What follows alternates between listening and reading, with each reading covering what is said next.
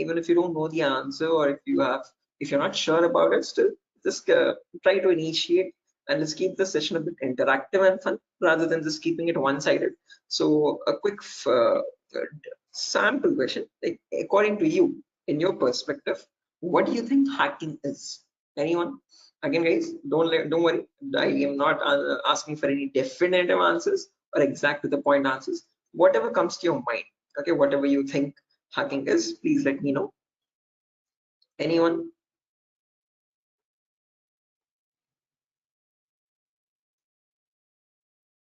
Try to breaking the system.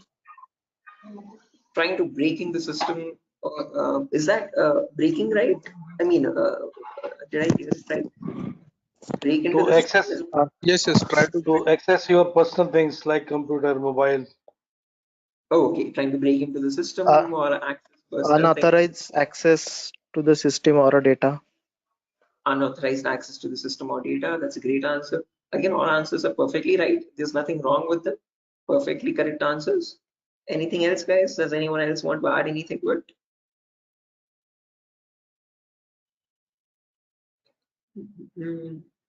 Right, perfect. No worries, guys. Thank you so much for those answers. Those are exactly right. There is nothing wrong with them. Okay, but if I had to just add upon that hacking, that definition, I would add it as hacking is the procedure of trying to gain access to information systems. Okay, these information systems could be anything. They could be from as small as a mobile phone to as big as a web application server or a database or the cloud organization as well. Okay, and this is done without the permission or without the consent and knowledge of the person owning those systems. Okay, so if those systems belong to a third-party person, that person does not know that someone is trying to gain access to their information or the data. Okay, and this is usually performed by hackers for their own benefit. So once they get access to the systems, they can steal the data, destroy the data, or sell the data as well to other third-party vendors. Okay. Now, depending on this definition, we easily understand that hacking is a malicious job. It is a criminalistic task. If it is such a bad thing to do, why do we have a course called ethical hacking? Is the second question. Because ethical is something which is legal, which is allowed. And how can it stand beside the word hacking, which is completely contradictory? So to define ethical hacking, on the other hand, this is the procedure of trying to find vulnerabilities. Okay, a vulnerability is nothing but a flaw or a loophole in the information system. So usually manufacturers might make mistakes somewhere here or there in the coding of the application. Okay, so that gives rise to something known as weaknesses in the information system, or in technical terms, it is also called as vulnerabilities. Okay, and this vulnerability finding, or the process of trying to find these vulnerabilities, is done with the consent and permission of the organization. Okay, so this is done in order to report it back to the target, okay, or to the authority, so that they can apply the appropriate patch for it. And once a patch is applied, that vulnerability is closed. It closes the doorway for the hacker to cause any harm. So thereby, with ethical hacking, we're trying to increase the security of the organization rather than cause any harm. Okay, so that is the main difference, guys, between hacking and ethical hacking.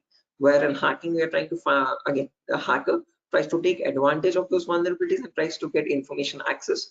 But in ethical hacking, you're trying to find those vulnerabilities, you're trying to report them back to get them patched so that you can increase the security.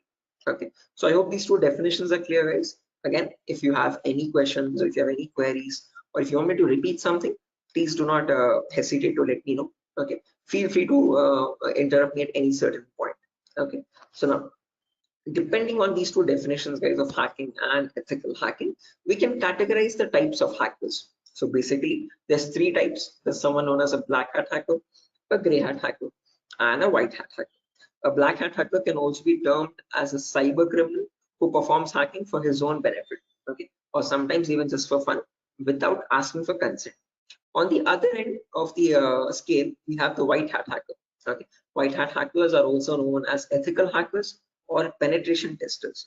These are the people who abide by the laws and policies of the organization, and they work hand in hand with them to find the vulnerabilities and report it back. They do that so that they can secure the infrastructure rather than causing any harm. Now, in between, there's a third category, also known as gray hat hackers. Now, from the name itself, you can figure out they have some qualities of the black hat hacker as well as the white hat hacker, hence a mixture. Okay, so like a black hat hacker, they don't ask for permission before finding the vulnerabilities, but once they find the vulnerability, they report it back to the organization. Okay, and that is done in return for a bounty. A bounty is nothing which benefits them. It could be a financial reward or a reputational reward, anything which benefits them or their careers. Right. Now, all these three types of hackers, whether it be a black hat hacker or a gray hat hacker or a white hat hacker, they perform hacking or ethical hacking in a certain number of steps. Okay. And those steps collectively are called as hacking cycle or cyber kill chain. Okay. Now let me list those steps out one by one so that you can have a clear picture of what the whole course is about, and then we'll briefly discuss about all of them. Okay, so you can ask your questions regarding those. Okay, so the first step that you perform in hacking cycle or cyber kill chain is known as information gathering. Now, certain organizations term this step in different names. They can also call it as reconnaissance or footprinting. Second step is known as scanning. It can also be referred to as enumeration. Third step is gaining access. Fourth step is maintaining access. And the last step is known as reporting or clearing traces. Now, the reason I've specifically mentioned "or" in the last step over here is because that is where it makes all the difference between the white hat hackers and black hat hackers. If you are a white hat hacker or an ethical hacker, you would perform the first 4 steps, and then you would generate a report with all the vulnerabilities and the solutions for that and submit it to the organization. But if you're a black hat hacker, obviously you're not going to submit the vulnerabilities, but you're going to take advantage of them. You're going to attack the system, get access to the data, steal the data, and then remove all the evidences, which is nothing but clearing the traces or removing the footprints. Okay, so any questions or doubts, guys, up to this part before I proceed further into the technical part? Any queries or any confusion at the moment? Again, guys, I hope the audio and video is fine. Any issues with my audio or video? Okay. What is this enumeration, sir? Again, yeah, we'll be coming to that, guys. We'll discuss each of these steps one by one so you have a better understanding of what all of them are. Okay, at the moment, until now, here there are no questions, right? Because I guess there's some issues with the audio or video. Some people are exiting and rejoining again. Any issues, any technical issues with my audio or video at the moment? Okay, perfect. Sir, your voice is breaking. Oh, my voice is breaking. 1 second, guys.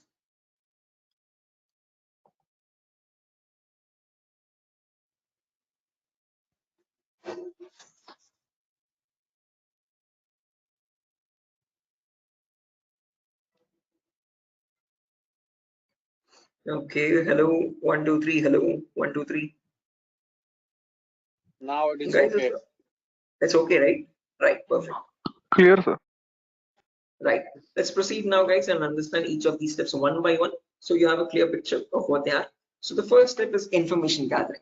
Again, as the name itself suggests, this step involves the hacker or the ethical hacker to gather as much data as possible about your penetration testing target. Okay, and all this information is gained passively. What I mean by passively is that you get this information from other third-party sources rather than contacting the organization directly. Okay, so for example, if I have a target like Wipro.com, about Wipro.com, I'll start searching online for all the material for it, okay, all the data regarding Wipro.com servers. Okay, the main question is, what kind of data are we talking about over here? And this is the information that we require.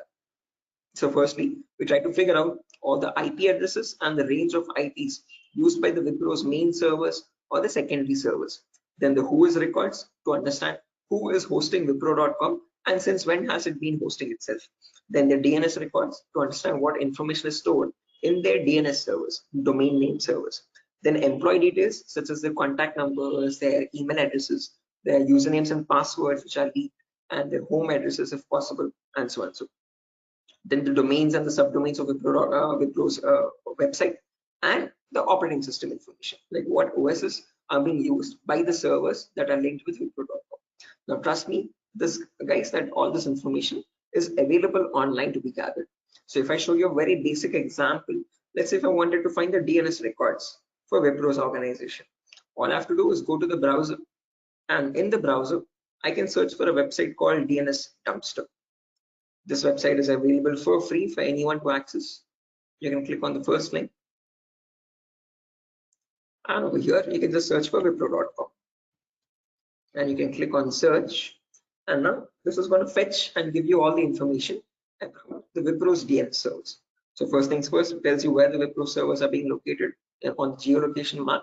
So it tells us that there are 4 DNS servers for Wipro. As you can see, these are their host names, exact host names, and these are the exact public IPs. These IP addresses are very important for a hacker or an ethical hacker to proceed with the further steps of scanning and enumeration. Okay. After that, we can see that there's the host record telling us what are the Wipro servers IP addresses and the subdomains IP addresses. So this is the main wipro.com server, which is being hosted on the IP 66.7.148.227. Again, this information is very relevant for a hacker or an ethical hacker to proceed further. Further down, you can also see it also gives us the complete network topology. So this is how Wipro servers are connected to one another, and we have the whole network topology with the host names and their IP addresses. Okay, so this is basically whole Wipro's organization, main server data. So again, this data is readily available, guys, for anyone to be accessed. That is not the vulnerability. Wipro themselves manually give out this data so that everyone around the world can access their servers. If this information is not given out, not many people will be able to access Wipro services and the website. Okay, the giving out of information is not wrong over here, but not checking if the information that you're giving is secure or not is the vulnerability. Okay, so we have to see that whatever Wipro is disclosing, all these servers one by one are completely secure. Okay, after information gathering is done, then we go to the next phase, which is known as scanning or enumeration. Now, one of you asked me what scanning or enumeration is. This is nothing but trying to get some extra information about the target by making active connections. What I mean by active connections is that you will directly connect to Wipro servers, and from them you will try to fetch the information. Okay. Similarly, when we talk about enumeration, that is about gathering as much information as possible about all the services that are running on the target organization. So in a Wipro's organization, you might have DNS servers, DHCP servers, SNMP servers, Telnet servers, SSH servers. These are the multiple servers, multiple web servers, or multiple other organizational servers. So about each of that server, you need to get information, like what version of services are they running and what applications are they running. So enumeration is trying to gather information about all the servers one by one by making active connections with them. Okay, so you're directly going to ping those servers and you try to fetch the information from them directly rather than contacting any third-party organization. Now, when we talk about scanning or enumeration, there are 3 types of them. There's something known as network scanning, then port scanning, and then finally vulnerability scanning. In network scanning, we can try to figure out on the target network what all devices are active. Okay, so what operating systems are they using, what servers are available, what client operating systems are there. So trying to understand what all devices are they using, IDS, IPS, routers, switches, what all devices are there. On those devices, then you perform port scanning. Port scanning is where you try to figure out what ports are open, and on those ports, what services are there running. Okay, what applications are there running. Then finally, you perform vulnerability scanning to figure out on those services, are there any vulnerabilities? Are there any weaknesses that you can attack on? So during this phase, we'll be using 2 important tools called Nmap and Nessus. So if I just search for enable Nessus over here, this is the tool that is used in organizations as well. So if I click on the first link, as you can see, this is Nessus Professional. If I click on buy, it's around $4,000 for 1 year subscription. Okay, quite an expensive tool, and this is the same tool that is used in real-time scenarios. So we'll be working on the same tool in our classes as well. We'll try to understand how to use this tool and how to run or perform vulnerability scanning. The reason why I'm showing you all this is just to make you understand that we will be using real-time scenario tools. Okay, whatever is used in organizations at the moment, we are up to date with those tools. Okay, after if I show you example,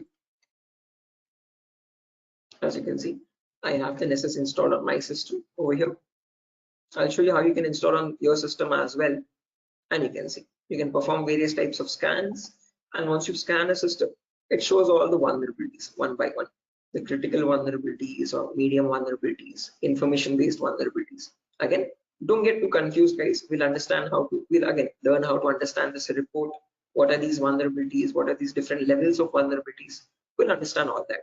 Okay. But basically, Nessus is a tool which can perform network scanning or port scanning and try to understand what vulnerabilities are there on each and every system. So this is an automated tool. We'll learn how to perform automated testing and get a report from it. Once you get a report, you need to perform manual testing also. Okay. And that is nothing but our next phase, which is gaining access. Okay. So this is a huge concept. It covers a vast variety of topics, guys. We'll discuss them one by one.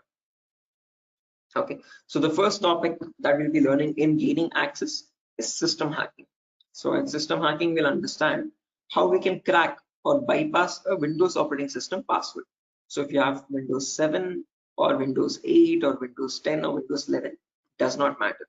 Okay, whatever operating system you have, how do we crack that operating system? How do we get the information about their passwords? If you are unable to get the passwords, how can we bypass authentication and get access to the internal files is what we learn in system hacking.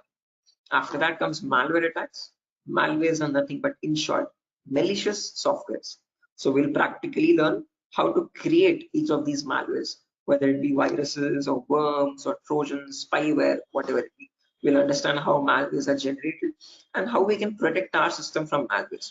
Or if there is a malware already installed, how can we detect that malware and prevent it from running further or causing any further harm. Okay, then there's a bonus topic called malware advanced. This is again not included in the CH curriculum. We have just added it as a bonus topic for students to have better understanding about malwares. In this, we'll be sharing the resources to understand how you can create your own malwares by using Python program. So just in case if you know Python, well and good. If not, also not an issue. We'll be sharing the resources as extra material to understand. So if you are interested in malware development also, this is a very important bonus topic for you. After that comes network penetration testing. In this, we'll learn all the common network attacks. So in a network, you have multiple, again, devices, IDS, IPS, multiple different types of servers like mail server or DNS servers, DHCP servers, SNMP servers, and so on. So we'll understand how to check for vulnerabilities on each of these servers. Along with that, we can perform a few attacks as well. Sniffing attack, man in the middle attack, denial of service attack, or distributed denial of service attacks, DDoS. Okay, and hacking Wi-Fi routers, trying to crack the password of Wi-Fi routers and getting access to those routers. All this comes under network penetration testing. Okay, all the common attacks that we can perform in a local network. After that comes social engineering, where we learn how hackers create fake websites. Okay, whether it be facebook.com, instagram.com, twitter.com, or flipkart.com.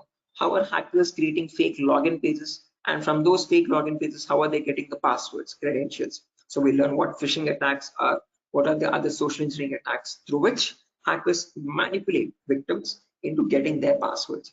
Okay, so we learn all that, and we'll also understand how to prevent these attacks, how to distinguish between a fake page and an original page, and so. After that, we have web application pen testing. In this, we learn all the common vulnerabilities that exist on websites.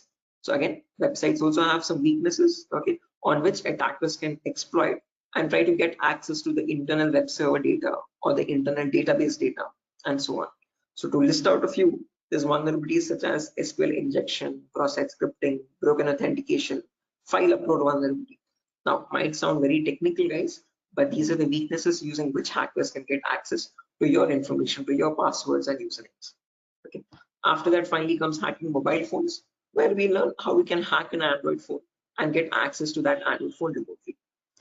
After gaining access is done, then we have maintaining access and maintaining access, reporting and clearing traces, where we learn how we can maintain persistent connections. So if the target is restarting his system or shutting it down and starting after a very long time, how do we get access to that data? How do we still stay connected to the victim machine? Is what we learn in maintaining access. After that comes reporting or clearing traces, where I'll show you how you can generate a report and submit to your client or submit to your organization, or how do you remove the evidences.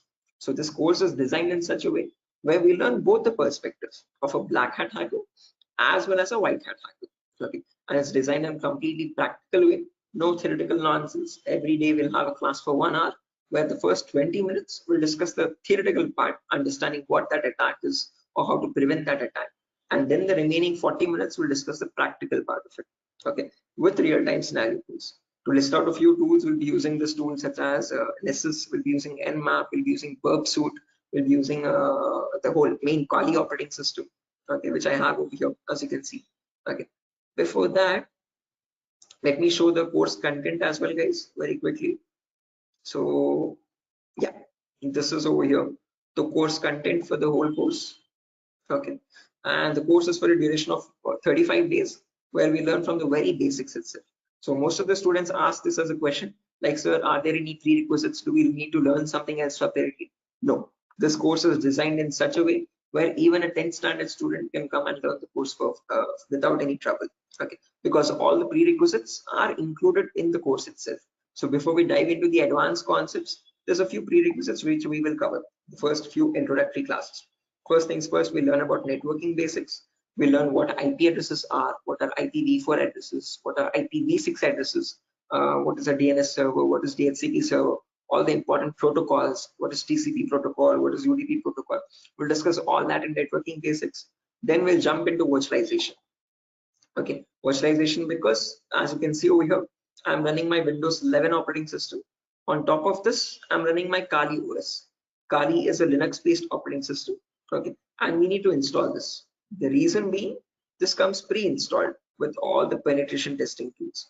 So for information gathering, web application attacks, password attack, Wi-Fi attack, all these tools are available in Kali Linux. These are not available for you in Windows. So that is why we need to understand how to install this Kali operating system. Okay, and for that we need a tool such as VMware. VMware is a virtualization software. This allows you to install multiple operating systems on the same machine. So I have my Kali OS, I have my Windows 7 OS. All of these are running on my Windows 11 operating system, as you can see. Okay, so on my Windows 11, I can run my Kali, Windows 7, whatnot, as many operating systems as I want. After that is done, then we learn basic Linux and Windows commands, because as I've mentioned, we'll be using Kali Linux. So we need to know how to operate that OS. Okay, so we'll understand what the basic Kali commands are. We'll get familiar or comfortable with the Linux environment, and then we'll dive into the advanced concepts. Okay, so there's a few extra concepts there mentioned as well, as you can see over here: cryptography, reverse engineering, IoT, cloud security. These are not mentioned in the presentation for us, but these are all the topics that we'll be covering. Okay, the whole course duration is around 1 month, guys, 30 to 35 days, and we'll have a class from Monday to Friday onwards for every day for 1 hour. Okay, and the timings will be same. We'll have timings at 8 p.m. Every class will be recorded, and you'll be getting the recordings as well online, which we will have permanent access to. So just in case if you're missing out any class, you can access the recordings whenever you want. Okay, if needed, we can take backup classes as well on Saturdays and Sundays, just in case if there's a lot of absence. Okay, so yeah, that's that, guys. A quick introduction on what the course is and how long the duration of the course is. If you have any questions, you can shoot at me right now. Please let me know, guys. Any queries, anything that you want me to repeat or so. Can you hear me?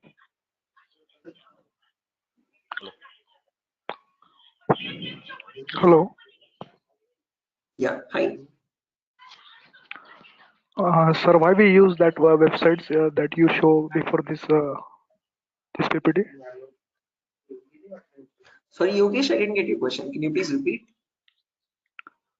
Sir, we as you said that we use some websites for ethical hacking. So that website that you opened before this PPT, I'm asking about that Yeah, website. the DNS dumpster website, as you can see over here. This is for information gathering, trying to gather information about any certain client. So before we perform hacking, it's very necessary that we know all the data about that organization or the data about that target. So in order to get that data, we have to visit these third-party websites. Okay, sometimes your organization might not give you that data sufficient for us. Okay, that is why we need to gather that information from other third-party sources, websites like DNS dumpster and so on. Okay, the more the data you have, the more possibilities you have to attack the system. Okay, the more attack vectors you can find or possible paths you can find to attack the system. Okay, so that is why it is necessary to access these websites and get the data about our target from these websites. Okay, sir, understood. Right. Any other questions, guys?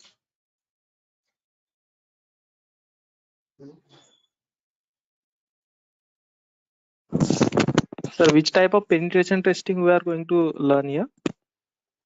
Again, CEH is a very comprehensive course, guys. We're not going to be going into any advanced level penetration testing, but we will learn all the kinds of, whether it be web application pen testing or network penetration testing or system hacking or Android pen testing. We'll be covering the basics of all of them. This is a course designed for people who are completely new to cybersecurity, and we can't leave out any endpoint. So we need to understand how to perform network security testing, we need to perform web security testing, Android security testing as well, and Windows or Linux security testing as well. So we'll be learning all of them one by one. Okay, we'll be covering each and every endpoint that is left, as you can see over here in the course content. Okay, but as I've mentioned, we won't be going in depth of all of them. We'll learn how to check for security vulnerabilities, basic vulnerabilities, and how to remediate them, how to remove those vulnerabilities. Okay, if you want to learn about any advanced after CEH is done, then you can go with advanced courses such as web application pen testing for bug bounty.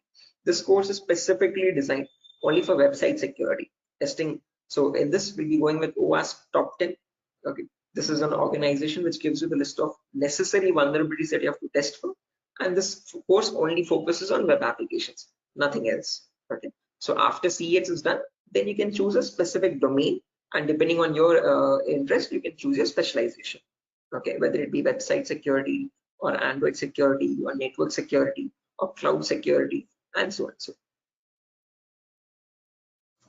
Okay, sir. Thank you. right. Any other questions, guys? No, sir. Right. Okay. After So course completion, certification provided. yes, if anyone is interested in writing the CEH certification as well, we provide support for that also. There's complete pass guarantee. So I usually handle the certifications myself. So if you're planning on writing a So this is certification, job guarantee. this is what? Sorry. Job guarantees. Sorry, I didn't get you guys. Can you please repeat that? Hello. After this course, his job is. He's asking Oh a yeah, placement assistance. job assistance. Again, guys, at Durgasoft, you're not going to be providing any confirm guarantee that we'll be placing you in an organization, but we'll be sharing your resume once you forward it to our consultancies. Okay, so in the price of 8,000 rupees, we are only including the course content with the course completion certificate. And if you're planning on writing a certification, we will give you certification support as well. Okay, so at that price of 8,000 rupees, we are not in contact with the complete job placement facility, but we do have few consultancies where we can give you your resumes too. Okay, once you're done with the resume preparation, I'll be helping you out in understanding how to create a resume as well, depending on a cybersecurity profile. I'll be also sharing the common interview questions, and I have a few references as well to whom I can forward your resumes. Okay, and again, we will be giving you the interview calls, and you can start attending interviews over there. Okay, again, it depends on your skill set and your practice on how well you do the interview. So we don't guarantee anything, but we will definitely show you where you can start applying. If it's necessary, I can just give you one source now itself. You can, after your course is done, this is the common website that I usually suggest for students, jobs.null.community. This is a website only specifically for cybersecurity job roles. Okay, nothing else. As you can see, null jobs. This is the website. Okay, and these are all the different domains, and you can start searching over here. So if you're a complete fresher, just click on freshers or internships, and these are at the moment these are the available placements. Okay, so for internships, okay, if you're not into internships, if you want a specific job role, you can start applying for VAPT, vulnerability assessment and pen testing. These are the ones at the moment for cybersecurity. After the course is done, you can start applying over here also. So this is one website that I suggest to most of the students once the course is done, so start applying for jobs. Okay, so again, how well you do, it depends on your skill set and your practicing, guys. Okay, and this website is specifically only for cybersecurity jobs, nothing else. Okay, any other questions, guys? No, sir. Thank you. Right, again, if you practice properly and if you're done with the course, guys, and if you're thorough with all the concepts, getting a job in these portals is not that tough. Okay, there's a lot of students from our previous batches as well who have searched for jobs in this nuls.job.co.in, and they found their internships and their jobs. Okay, so again, as I've mentioned, once you sit for the interview, it's all on you. Okay, so it depends on your preparation of how well or bad you do. So we can't guarantee anything, okay, because that's on your skill set, but we can at least show you where you can start applying for jobs. Okay, so yeah, that's that, guys. Nothing further for our session today. And yeah, if you have any queries, again, over here is my number. Just in case if you have any queries, technical queries, you can let me know. This is the number over here, 768-006-9768. Hello. Yeah, I can hear you. Prabin, I can hear you. Yeah, so I just wanted to know. Actually, I'm a working professional. I'm Right. I'm working on the front end side, but wanted to move into this domain. So, what suggestions could you, give me on that side? Again, same, I would recommend if you're completely new to this domain, go with Certified Ethical Hacking, CH version 11. This is a foundational course for people completely new so you'll be learning everything from scratch. After that is done, if possible, if you have time and financial permits you, you can write the certification as well from EC Council. So there'll be a CH examination for 125 questions. Okay. And if you give 75% of them right, you get certified from EC Council. You get a certificate from the US organization. Okay, so that adds edge to your resume. If not, if you are not, again, certification is quite costly. It's around $500. So if you're not planning on writing the certification, I would recommend doing some extra advanced courses as well after CH is done, and then add that at least to the resume to build some edge again. Okay. Okay, and is there any coding involved here, or is it into completely into, the No, security part? not at all. In CEH, you don't have any requirement for coding level language. But if you're planning on going for some advanced courses like web application pen testing or profile security testing, there you might need to have some basic knowledge. Okay. So when we talk about web application, it is necessary that you have basic knowledge on HTML and JavaScript. Okay. But when we talk about CEH, the foundational course, for this we have no requirement for any coding level language knowledge. Okay, and what kind of roles we can apply after the completion of this course? Like someone is if having 5 years of experience and he has transited into this particular cybersecurity, what kind of roles would be available? Again, as you can see over here, these are the roles that you can start applying for. VAPT assurance lead, VAPT senior security analyst, cybersecurity consultant. These are all the job roles. Penetration tester, security analyst, or monitoring job roles, and so on. Vulnerability Okay. assessment tester. These are the job roles you can start applying for. Okay, cool. Thanks. Right. Any other questions, guys?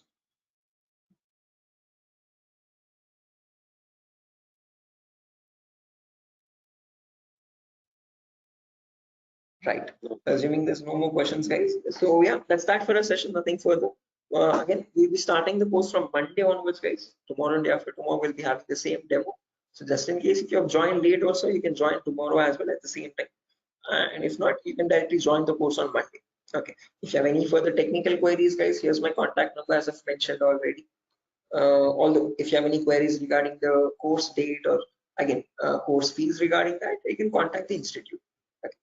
So yeah, that's that, guys.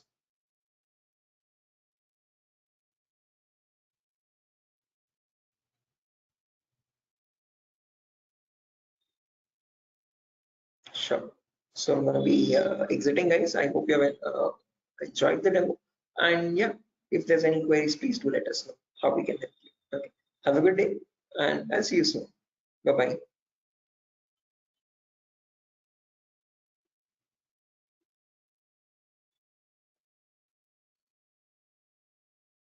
Thank you, guys. Thank you.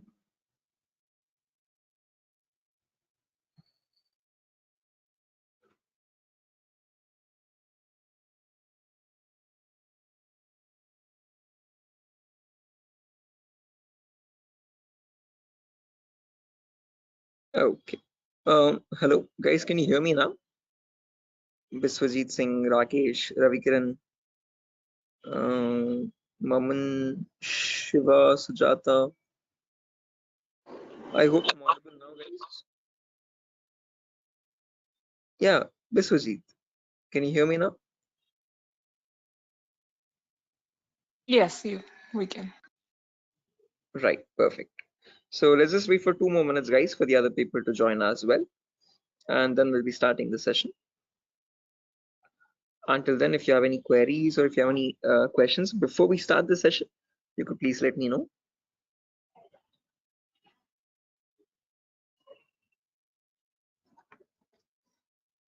So, Yes, I excuse can me, hear sir. you. Yeah. So is this the same demo was on Sunday? Yes, the same demo itself, guys. Oh, okay. I have attended on Sunday, so I thought it would be some different or what. No, Okay. it's the same demo, guys. A shorter version of that same demo. Again, we'll be starting the live classes, or for the course is going to start from Monday onwards. So just in case we're planning on joining the course, you can join from Monday. The first class will be on networking concepts. Okay, thank you, sir. Tomorrow as well, we'll have one last demo.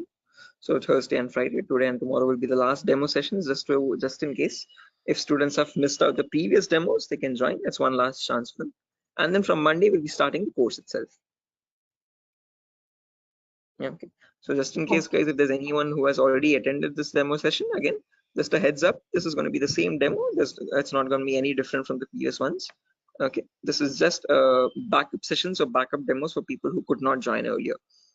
Okay. Okay. Thank you, sir. Sure.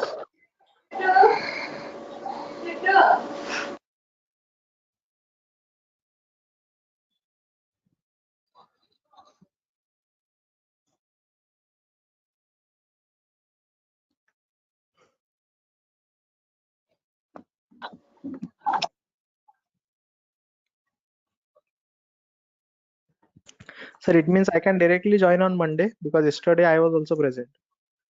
Yeah, sure, guys. Again, as I've mentioned, it's the same demo. It's not gonna be any different. So this is only for people who are completely new to it, who have not attended the previous demo sessions. So if you have already attended the demo session, guys, you can join back on Monday itself directly. Okay, and the timing will be same at 8 p.m. Same time, 8 o'clock in the night. Okay, thank you. Sure. Okay, guys, so let's get started without any further ado. Before I get started, a quick formal introduction on my end. My name is Mohammed Shoaib. I'm a cybersecurity trainer certified from EC Council. EC Council is the leading organization for cybersecurity domain certifications. Okay, and one of the courses that it provides for people who are completely new to this domain is Certified Ethical Hacking version 11. This is the latest version of the course that is running at the moment, and this is a course designed in such a way for people who are completely new to this domain. So if you have no knowledge about what cybersecurity is or what hacking or ethical hacking is, this is the course to get started with. Okay. So before I proceed further, this is a common question that I usually ask all the students just to understand their perspective on this topic. So again, guys, let's keep the session a bit interactive and fun. So my first question to you is to understand what your perspective is on hacking. So again, not asking for exact definitive answers, guys, but just to understand your view on it. Okay, so whatever comes to your mind, please do let me know. In your terms, what do you think hacking is? Anyone? There's Biswajit, there's Maman, Rakesh, who else? Shafiuddin, Shiva. Hello. Yeah, Biswajit, I can hear you. Sir, actually, according to me, hacking means to hack the information of organization or any Okay. systems. Right, yeah, hacking information or getting access to the information of organization systems. That's a good answer, Biswajit. Anyone else, guys, who wants to add anything to that? That's a perfectly right answer. There's nothing wrong in it at all. Perfectly all right. Any other additions to that, guys? Anyone who wants to append anything to that answer?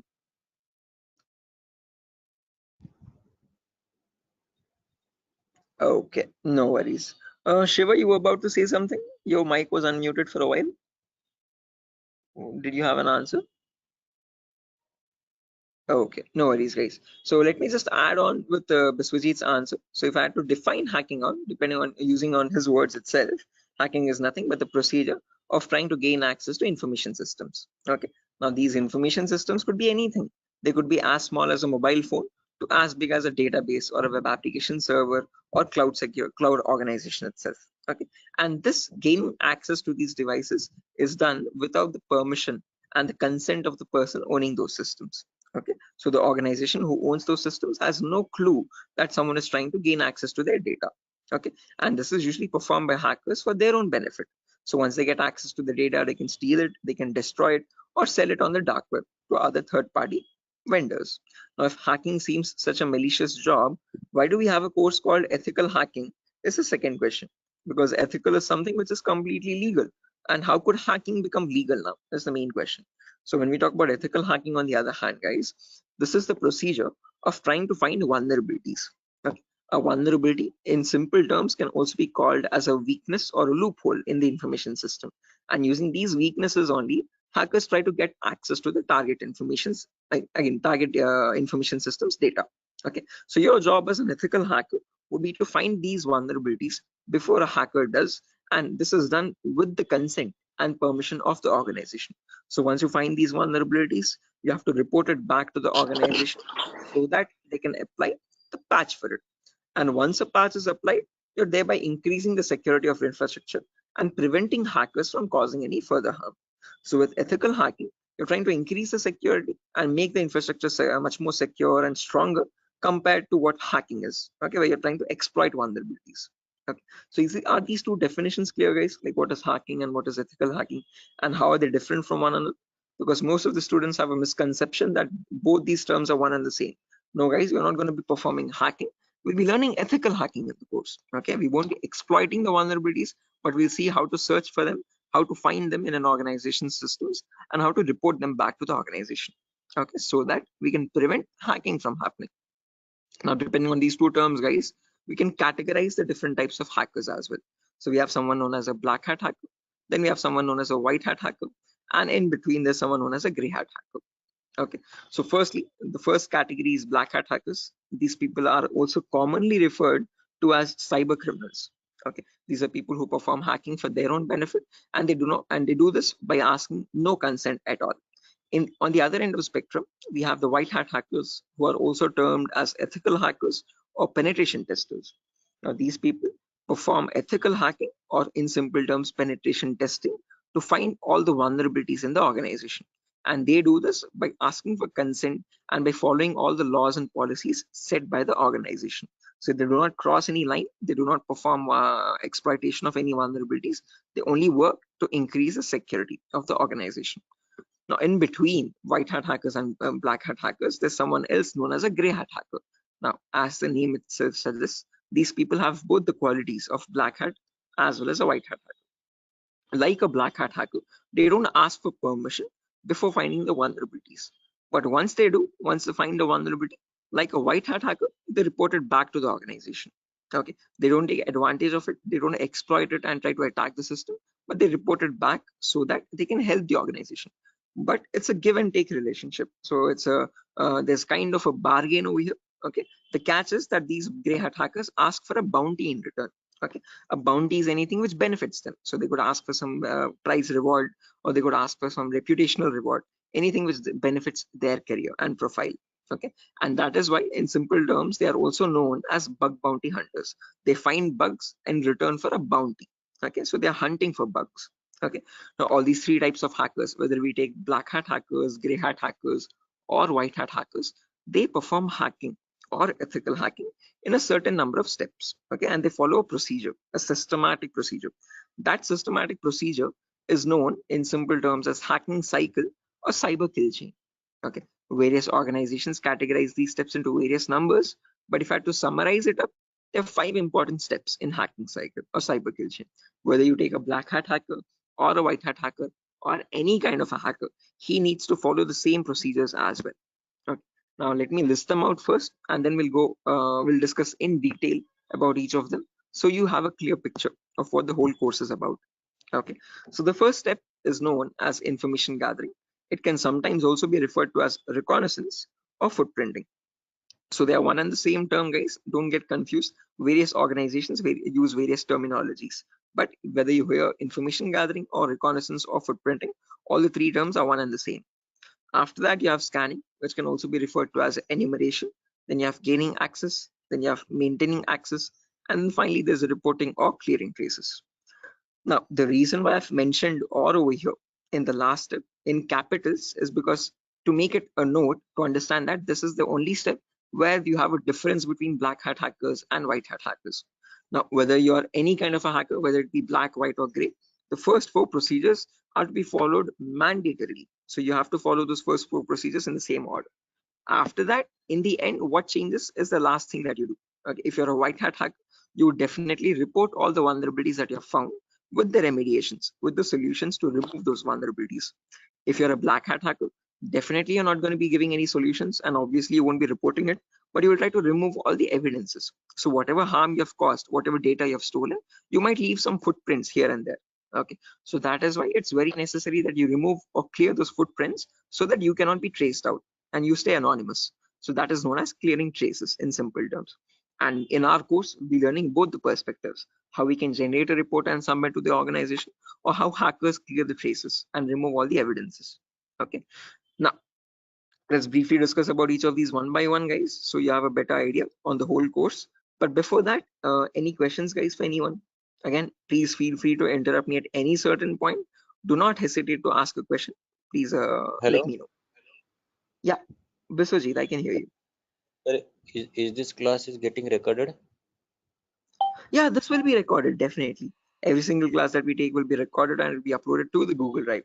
So even once we start our course as well, the whole duration of the course, every single day we'll take a 1 hour class, and each class will be recorded and uploaded to the Google Drive. So that Okay, just sir. in case if you're missing out, if you're absent for a session, you can access the recordings whenever you want to. Okay, okay, sir. Actually, from the starting, you told about hacking and ethical hacking. So, Mhm. could you please briefly tell me? Hacking means like you're hacking the particular credence, some credential information, like something personal information you are hacking. But ethical hacking was that I did not get it properly. Good question. Again, Biswajit, when we talk about hacking, this is something that cyber criminals perform.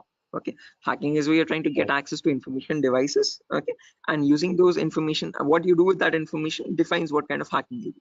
Okay, so in ethical hacking, we are trying to understand how hackers are hacking that information. So what are the procedures are they following, and how are they actually finding that vulnerability, and how are they checking for those vulnerabilities on the systems? Okay, so Okay, we as ethical hackers try to find those same vulnerabilities that hackers use, and we try to rectify those vulnerabilities. We try to apply the patches for them. Okay, so just that like that, how that means hackers do it, we are going to do it that in an means ethical manner. Yeah, okay. That means, sir, if a hacker is trying to hack some particular information, and the ethical hackers are there to prevent that through their coding or whatever the algorithms. I think. exactly. Again, in simpler terms, it's not about algorithms and stuff, but it's about the source code actually.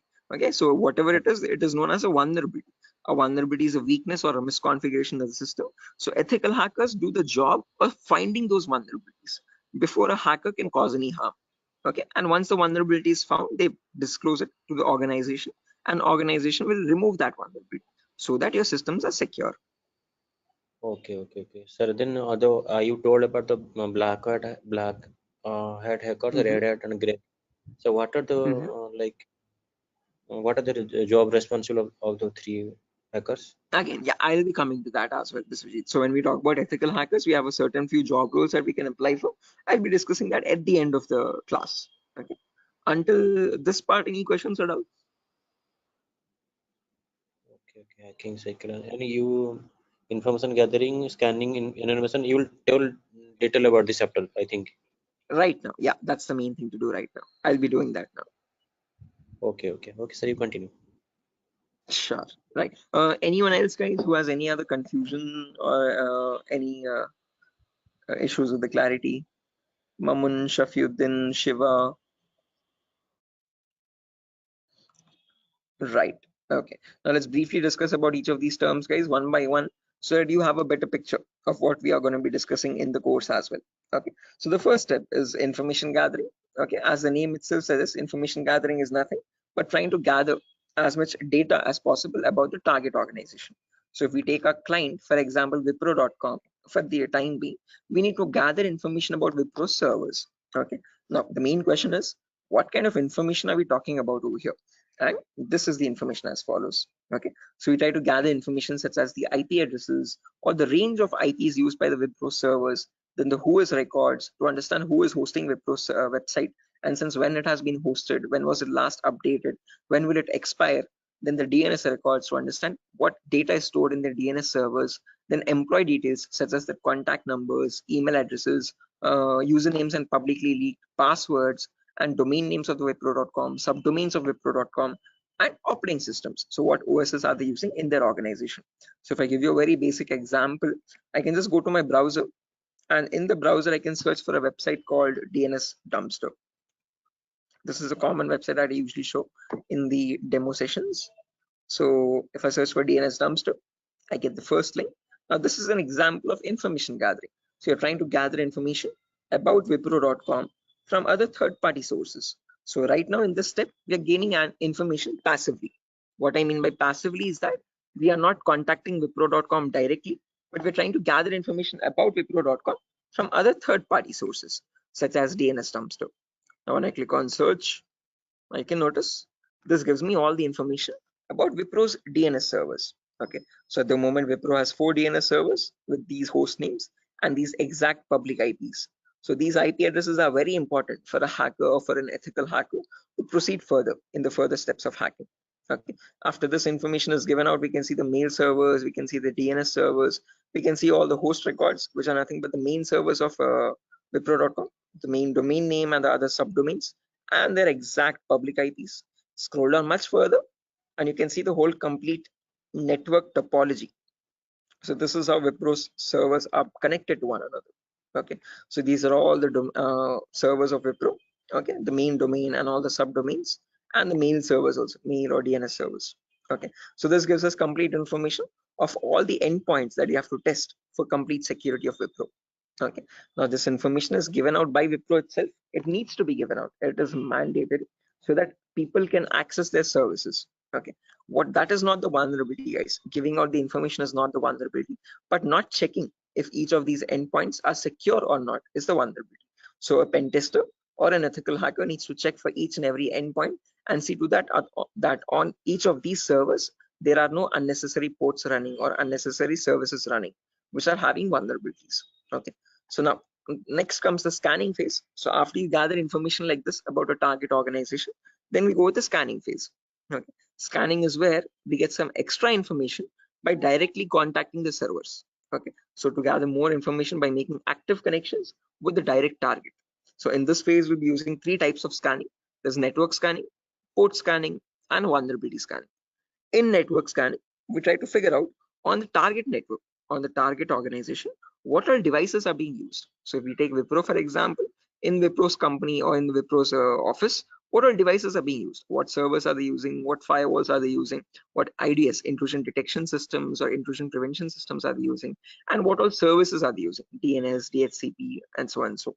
Okay, once we know that, then we perform port scanning to figure out all the services as well and their version details. So if they're using DNS service, what version of DNS are they using? If they're using mail services, what mail services are they using and what versions are they? Okay, finally perform vulnerability scanning to find the weaknesses on those servers.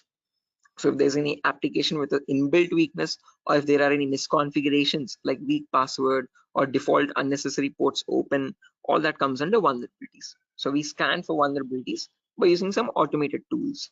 Okay, so if I go to the browser now, I can show you one of the very important tools, which is Tenable Nessus. So this is the same tool that is used in organizations, guys. As you can see over here, quite an expensive tool as well. If you click on buy, you can see it's around $4,000 or so for 1 year subscription, and we shall be using the same tool in our lab setup in our classes. So let me show you how the tool looks like. Admin password. Yes.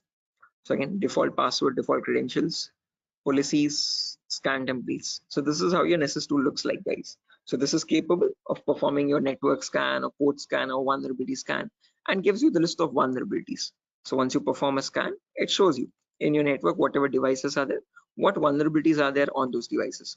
So it categorizes the weaknesses on the system in 5 levels: information, low, medium, high, and critical. So if a company has any critical vulnerabilities, it means hackers can easily get access to their servers. Okay, so we'll understand how to perform vulnerability scanning, how to know if a system has any vulnerabilities, and if hackers can hack their organization so easily. Okay, if they can hack, how do we provide the solutions is also what we learn. Okay, after scanning is done, then we go with the next phase, which is gaining access. Now this is a huge concept, guys, covers a lot of variety of topics, and these are the topics as follows.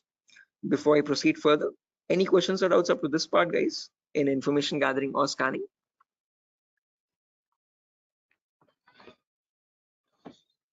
Biswajit, Mamun, Shafiuddin, Shiva, please do not hesitate, guys. If you want me to repeat something, I will definitely do. Sir, I hope. Yeah. Sir, please repeat that first part. Which one? Like before gaining access, you told us some gathering information. Like I understood that, what if their system in vulnerability in the system, so hackers are easily hack that system. So I understood somehow. Oh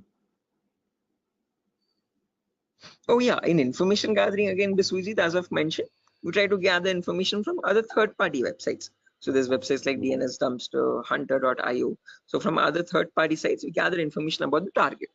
After that, then we perform scanning. So we directly get access to target servers or whatever target it is, whether it is Wipro.com or so and so. Okay, and in their target organization, we perform the scanning to figure out in their network what devices have what vulnerabilities. So in my local network, I have scanned for 3 devices, and in each of these devices, I can see the weaknesses on each system. Okay, tells you what the weakness is.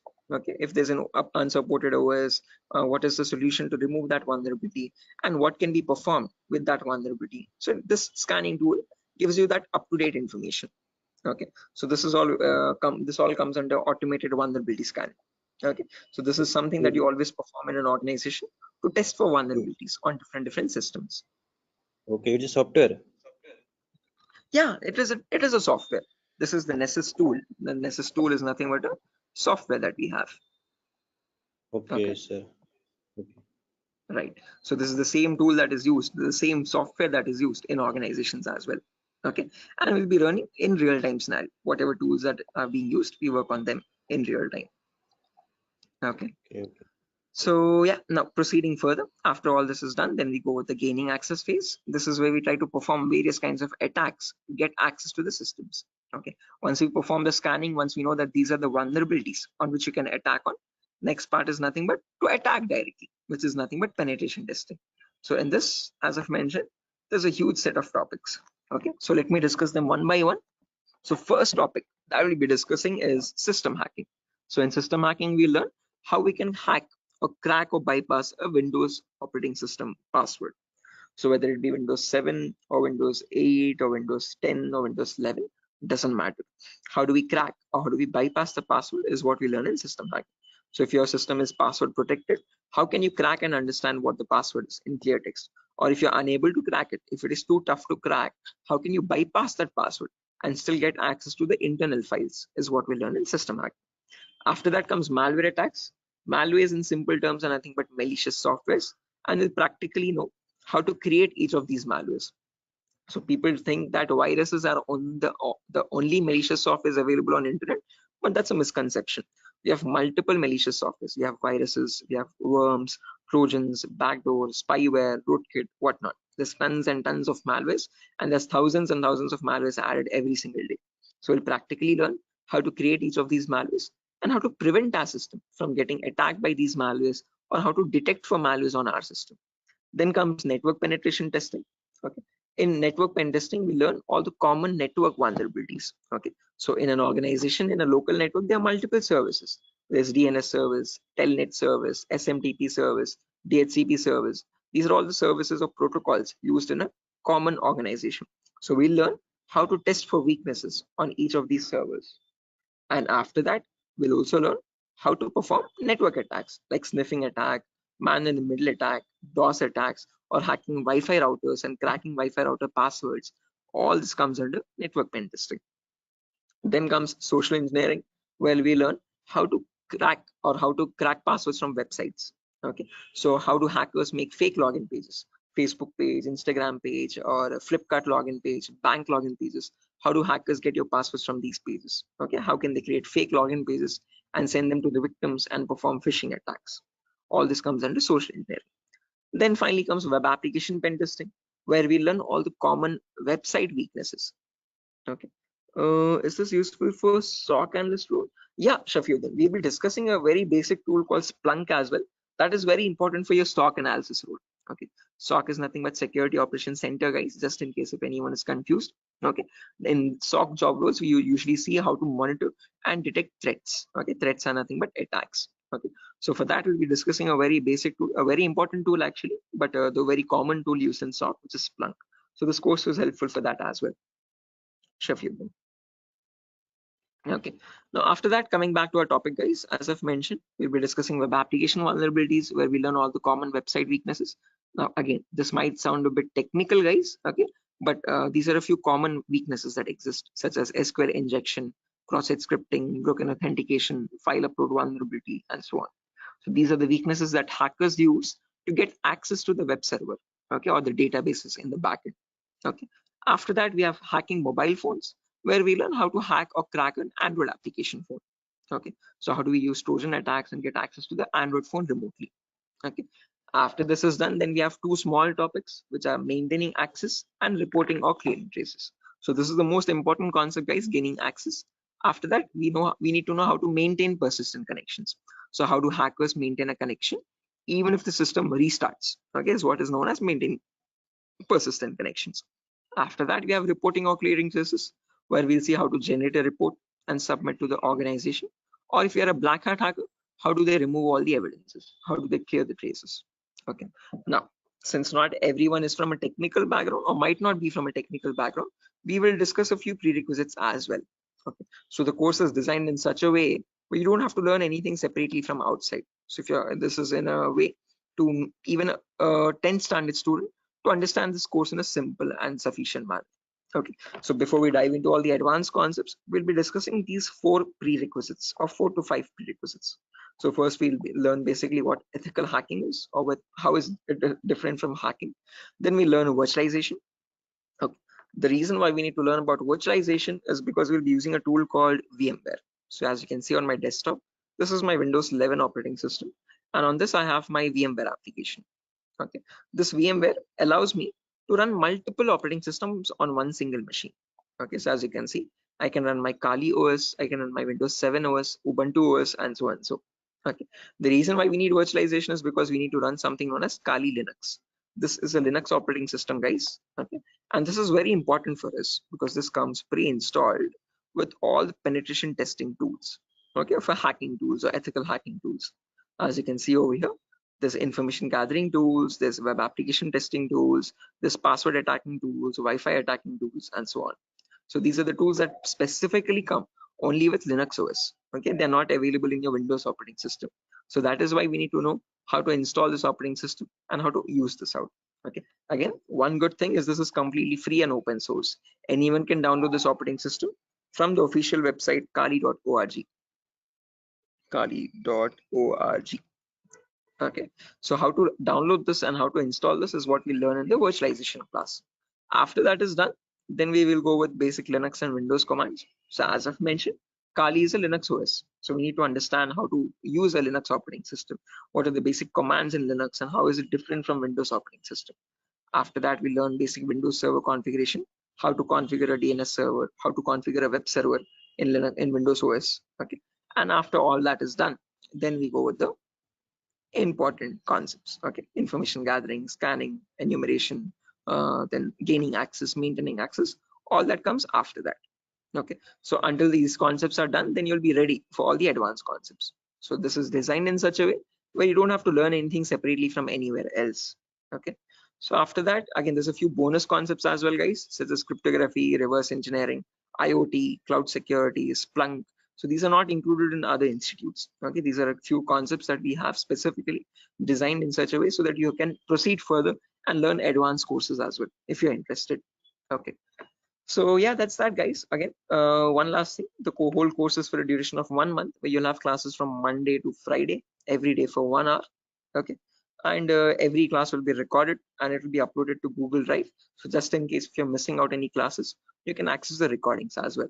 Okay, so yeah, that's that, guys. Any questions on your end? Yeah, Biswajit, you were asking me one question, asking about the job roles, I guess. So once you're done with the course, you can start applying for job roles like SOC analyst, vulnerability assessment tester, or penetration tester, or again, security engineer, and so and so. Okay, so these are the job roles that you can apply for once you're done with the course. Actually, I have taken this course on. I was just learning this course just to get a job in that ethical hacking, like information security, and in any IT company. So actually, sir, as I came to know that, sir, is there any like coding algorithm required to just like to do such kind of activity in Good ethical question. hacking? Great question. This is a very common question that is frequently asked by students, that do we need any coding knowledge required for this course? Definitely not. So, sir, in CEH we will be discussing again. We will be primarily focusing on Linux operating systems. So we need to know how to use a Linux OS properly. Okay, so that is the only requirement which we will be learning throughout the course. Okay. Other than that, you do not require any coding level language knowledge at all. Okay, so coding or development knowledge is not at all necessary. Wherever it is, we will be discussing that basic necessity of it. Okay, so there are certain topics where we have a topic called malwares. So in this we learn how to create malwares. Okay, so in that one topic will require basic coding language knowledge, but again, that itself I will myself be teaching it. Okay, so you don't need to learn anything separately from anywhere else. And other than that, this one topic malware, we won't be using coding language at all anywhere. Mhm. So Ajay, so actually I am doing job in Linux support, like technical support. That's great. This is going to be a lot easier for you then. Mm. So actually that's why I want to change my career, change my like next job into information security on the doing ethical hacking courses. Yes, I one more thing that, sir, is there is it necessary to get the certification on ethical hacking, like you have done something Right. hack? Again, it gives an edge, Biswajit. It's better to have a certification. If you're not going with certification, I would recommend you learn a few extra courses as well. Okay.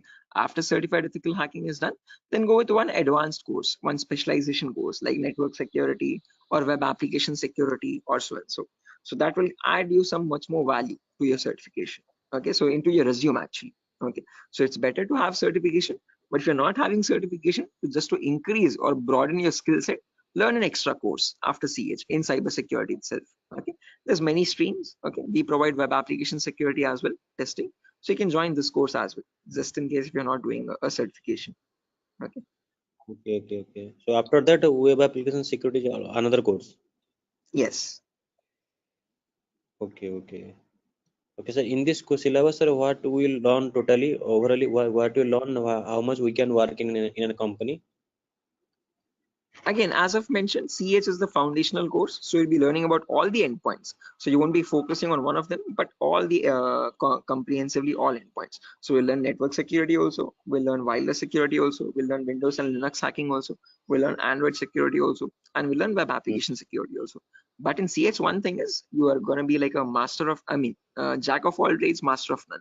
So you're not going in deep, you're not specializing in any one of the fields, you're learning about all the fields. After that, you can choose one specialization and you can focus on that. You can either go towards web security or cloud security or network security.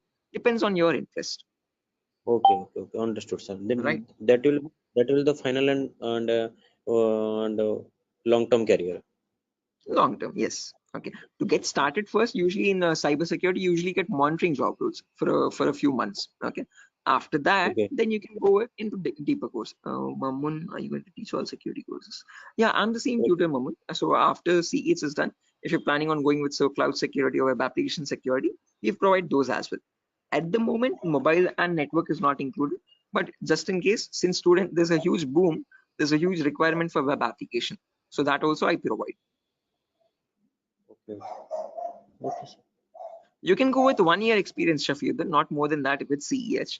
But if you like add a few more courses after that, like after CH, if you do web application and also, you can add a couple years experience, like 2 or 3 years of experience as well.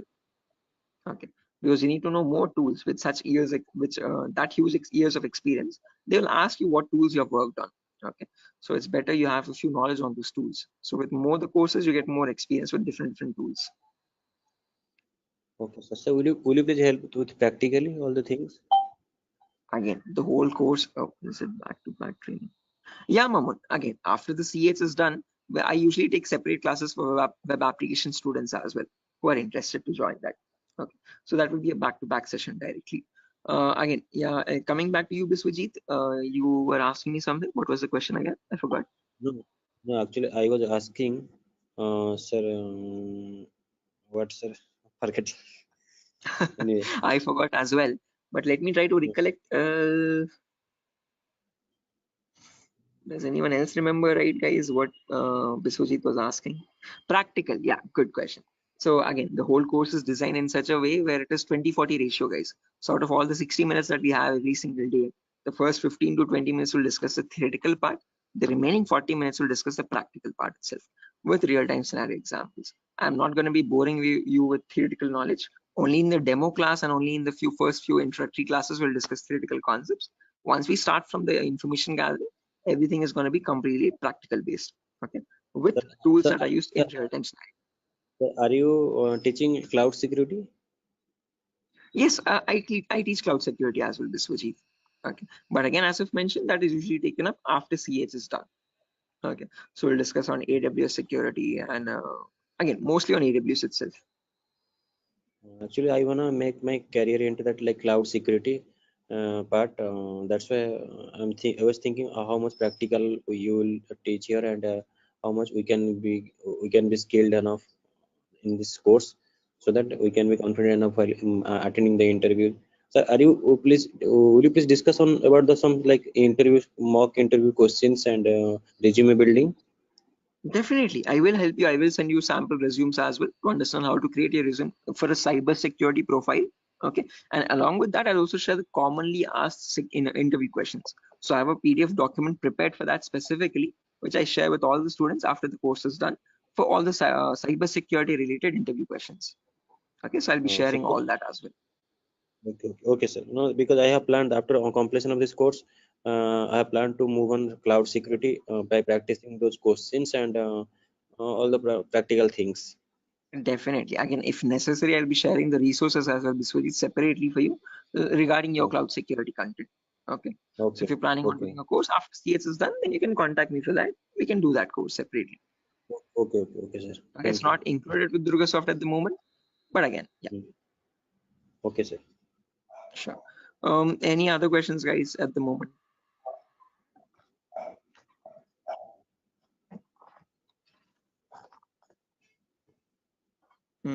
Okay, assuming there's no questions, guys, I'll be ending the session over here. And yeah, that was great interacting with you guys all, Biswajit, especially with you because you have asked a lot of questions.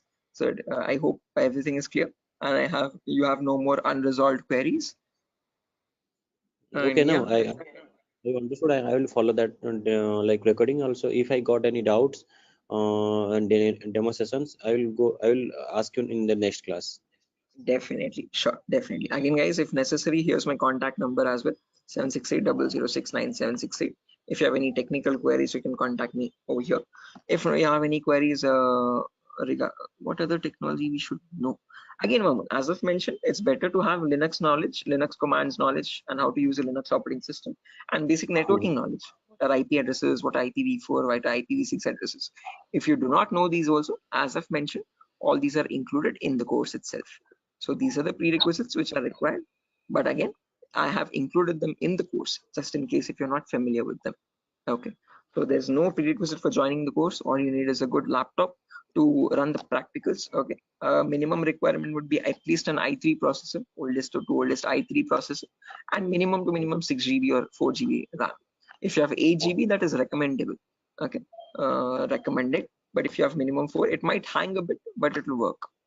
Okay, so one important requirement is you need a laptop or a device for practicing, because we have a lot of practicals in the course. Okay, so other than that, nothing else is required. Okay, just interested mindset and a device to practice on. Those are the only two requirements for this course, nothing more. Okay. All right, so yeah, that's it guys, nothing further for the session today. If you're interested to join the course, you can join this from Monday. We'll be having the first class on Monday for networking concepts. Okay, and after that, yeah, tomorrow as well there's another demo session. So just in case if anyone is planning to join a demo again, you can join it tomorrow at the same time. If not, we'll be starting the course from Monday itself directly. Okay, thank you, sir. Okay guys, good day. Thank you for joining the session. It was great interacting with you, and I'll see you soon guys. Bye, have a good day. Thank you, sir. Good night. Thank you guys, good night.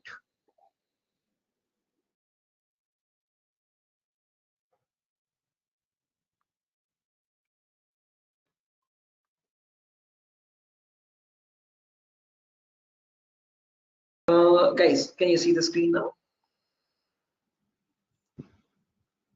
Yeah, I can see you now. Yes, sir. With the Yes, it's visible. Sujata, Somat, Yes, sir, it's visible.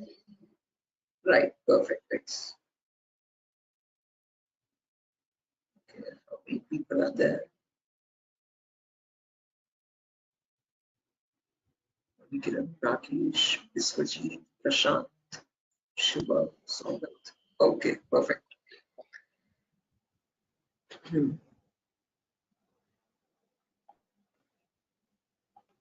Okay, guys, let's get started with the session without any further. I am already a bit delayed in starting the session, so sorry for that, guys. I was stuck in a work. There was an issue with a security vulnerability